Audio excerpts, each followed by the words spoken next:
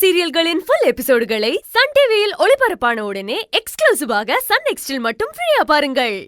Orton ஐயோ பாவம்னு பரிதாபப்பட்டு பணத்தை கொடுத்தா அதே மாதிரி வண்டியும் பணத்தையும் திருப்பி தரணுமே இல்லையா?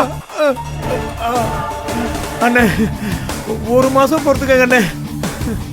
சொத்தை விற்க ஏற்பாடு பண்ணிட்டு இருக்கண்ணே. மொத்தமா செட்டில்மெண்ட் பண்ணிடுறேன்.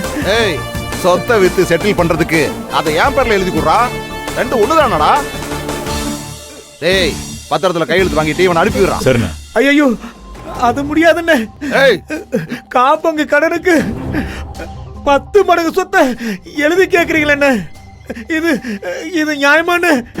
டேய் இவன் நியாய தர்மம் எல்லாம் பேசுறான். அப்ப வட்டி முதல்ல இன்னைக்கே செட்டில் பண்ண. அண்ணால நீ உயிரோட போக மாட்ட.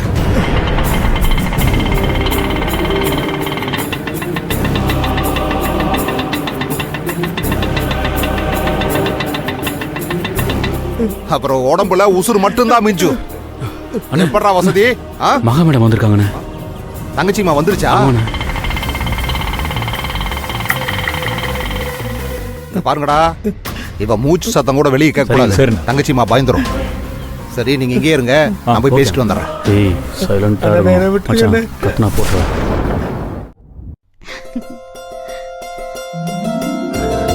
தங்கச்சிமா வாமா, தப்பா எடுத்துக்காத. வீட்டுக்கு வர சொல்லாம உன்னை நான் இங்க வர சொல்லிட்டேன். 10 நிமிஷத்துல ஒரு பிசினஸ் விஷயமா கார்லயே கோயம்புத்தூர் போறேன். நீ போன் பண்ணி அவசரமா மீட் பண்ணணும்னு சொன்னியா, அதனாலதான் உன்னை இங்க வர சொன்னேன். பரவாயில்ல சார்.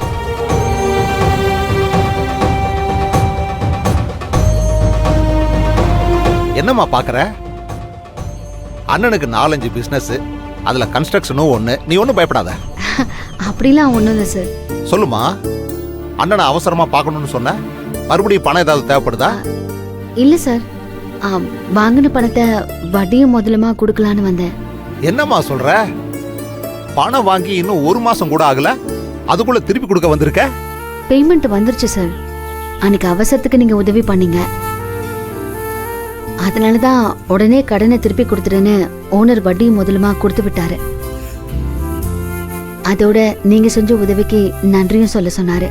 அதான் உங்களை பார்த்து பணத்தை கொடுத்துட்டு போலான்னு வந்தேன்.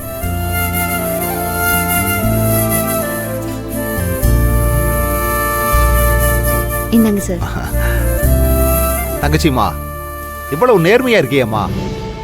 உன்ன மாதிரியே உன் முதலாளியும் இருக்காரு, அதனாலதான் நீ அவர்கிட்ட வேலை பார்க்கற. தங்கச்சிமா பொதுவா பணம் வேணுங்கும் போது என் காலை பிடிச்சு பணம் கேட்பாங்க. அசலையும் வட்டியும் திருப்பி கேட்டா முகத்தை திருப்பிட்டு போயிடுவாங்க. போன் பண்ணா எடுக்கவே மாட்டானுங்க. உலகம் அப்படி இருக்கு. ஆனா நீ பாருமா, 10 நாளைக்கு முன்னாடியே அசலையும் வட்டியும் திருப்பி கொடுத்துருக்க. எல்லாரும் உன்ன மாதிரி இருந்துட்டா இந்த உலகத்துல சண்டை சச்சரவே இல்லாம இருக்கும்.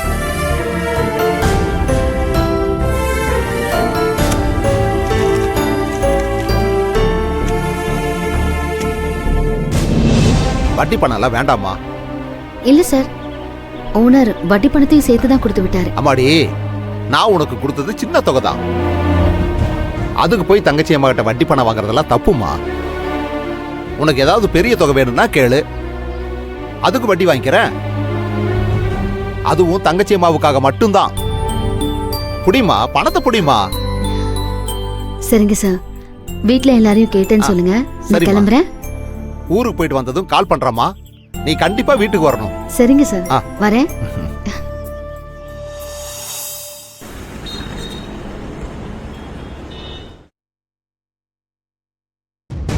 எதுக்கு நோய் நோயின்றா?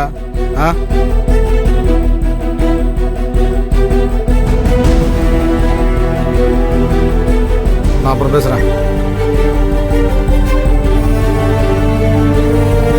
என்ன ரகு, ஸ்டாஃப்ஸ் எல்லாம் வீட்டுக்கு போயிட்டாங்க, நீங்க இன்னும் இங்கே இருக்கீங்களே? ஓனர் திடீர்னு வேலை சொல்லுவார் மேடம், அதான் வெயிட் பண்ணிட்டு இருக்கேன். ஓ, வேலையில அவ்வளோ டெடிகேஷன். ஏன் மேடம் இருக்கக்கூடாதா? நானே உங்ககிட்ட தனியா பேசணும்னு தான் நினைச்சிட்டு இருந்தேன். சரி, இன்னைக்கு ஆயுத பூஜை அதுவுமா பேச வேண்டாம், நாளைக்கு பேசிக்கலான்னு பார்த்தேன். உங்க டெடிகேஷனை பார்த்ததும் இன்னைக்கே பேசுறது பெட்டர்னு தோணுது. நீங்க எந்த வேலையில டெடிகேஷனா இருக்கீங்கன்னு நான் சொல்லட்டுமா?